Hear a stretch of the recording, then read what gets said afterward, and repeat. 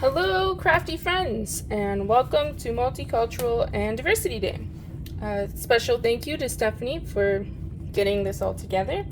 I'm looking forward to sharing a card with you. I'm not a huge fan of lives or videos at all, and I have 2 new kittens, so hopefully they won't disturb us too much. I'm going to use this beautiful whale watching set in the new mini catalog. I love orcas. As soon as I seen it, I was like, I have to get it. It might be my new favorite set. And it doesn't have any words, so I'm going to use the inked and tiled. I really like the words in this set. So, let's get started. I'm going to make a card today that is inspired by the Button blankets. They are from here on the northwest coast of Canada, BC. And they're just super duper pretty. So I'm just going to cut my thing. Little tip, if you hate math, I got this reversible ruler, and it's helped so much. You can get it on Amazon, but apparently you can get it also in like tool stores because they're made for people who are using machine tools who are left-handed, so they have to go the other way, which makes sense, I guess. Never thought of that. So I'm going to use the gorgeous garden dies. This is one of them. That's the one we're going to use. This is the actual size of it. And then this is the other one that comes with, which is flowers. It's really pretty. And I've die cut it already because my cutter's off on the side. And to save some time. Now these dies are kind of an odd size, and they don't have even edging. So I think the reason they've done that is for people in the rest of the world. North America has a different card size than everyone else. So that's my thinking. So I'm going to make a little frame using our deckled rectangle dies. And I've already cut it out, so normally we would use this piece. But we're going to use a little frame. And that will just help take away the fact that the bottom doesn't, the top and the bottom are a little bit skinnier. Also helps too if you cut crooked. I generally, cut pretty crooked, so a little frame can help cover your boo-boos. I like to use liquid glue. It takes a little practice, but pretty decent with it. I'm going to do a couple little dots just to help the middle of the leaves stay down a little bit.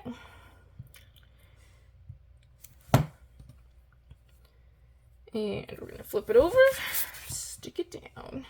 Of course, there's cat hair and dog hair. It's a prerequisite. If you come to my house, you will be covered with fur. Go. And then we're going to do my little frame here.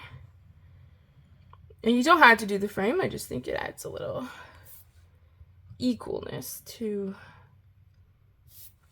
the card. Am I in the camera? I sat down. I generally craft sitting, so standing is weird. But then you can see the camera, so. Go. All right, so that's the base of our card. Now I've embossed the orcas ahead of time. I didn't think doing embossing live, while recording with 2 new kittens was a good idea. They are absolutely adorable, but they are quite rascally. And if they can get into something and make a mess, actually they're not really messy, they just like to get into things and cause trouble. But I've been a little nervous about embossing with them around because I just feel like that's something they're going to mess up, and embossing powder will be thrown all over the floor. One of the kittens actually walked right past my ink pad and walked right in my ink pad. So we had melon mambo, little kitty paw prints all around. It was really cute, but really not at the same time. So I'm just fussy cutting. I actually prefer fussy cutting personally. Maybe it's lazy, but walking up and using the die cutter machine. I also am a very crooked person, and I cannot for the life of me line up items in the die cutting machine. So I will generally fussy cut. And I just buy like the cool backgrounds and stuff that make your cards pretty. Like these gorgeous dies, greenery dies. Alright. Gonna use dimensionals. I'm gonna do big on the orca's heads. I think you can see what I'm doing. So many things to think about when you're doing a video that you don't have to think about if you're just crafting by yourself and enjoying tunes or watching a show.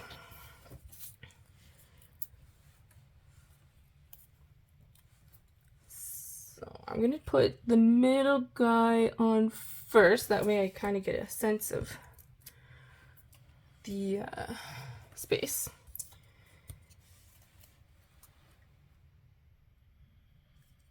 There we go. And these orcas are pretty when they're stamped, but they just look really nice. And actually kind of shiny and wet when you emboss them. Which is kind of what orcas would be. Shiny and wet. So I'm just going to put the sentiment down. I also embossed the sentiment. And like I said, fussy cutted it out. And I'm just going to put it here in the corner.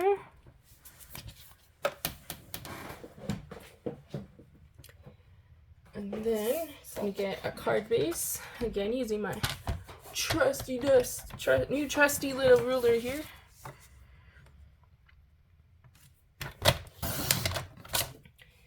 And make sure we're using the score blade for our card base. We've all done that before, where we have sliced our card. I always use them for labels after I've done that by mistake.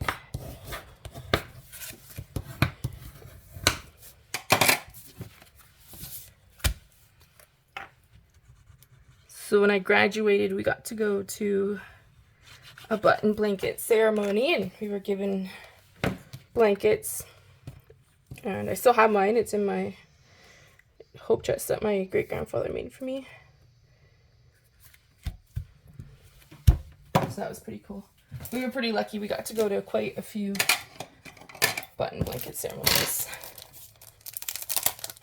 So I'm gonna do the iridescent pearl basic jewels. They make these names so long. I'm gonna do, normally you do odd numbers, but I'm gonna actually do even just for the sake of this card. And I picked these because normally the white buttons you see on a button blanket are made with shells. And this way, I thought they had kind of the same little shine to them, just like some shells do. So I'm just gonna put 3 over here. And I think it kind of balances out even though it's even. So there, that is my card inspired by the button blankets. I hope you enjoyed that, and I hope you enjoy the rest of the presentations today. Happy crafting!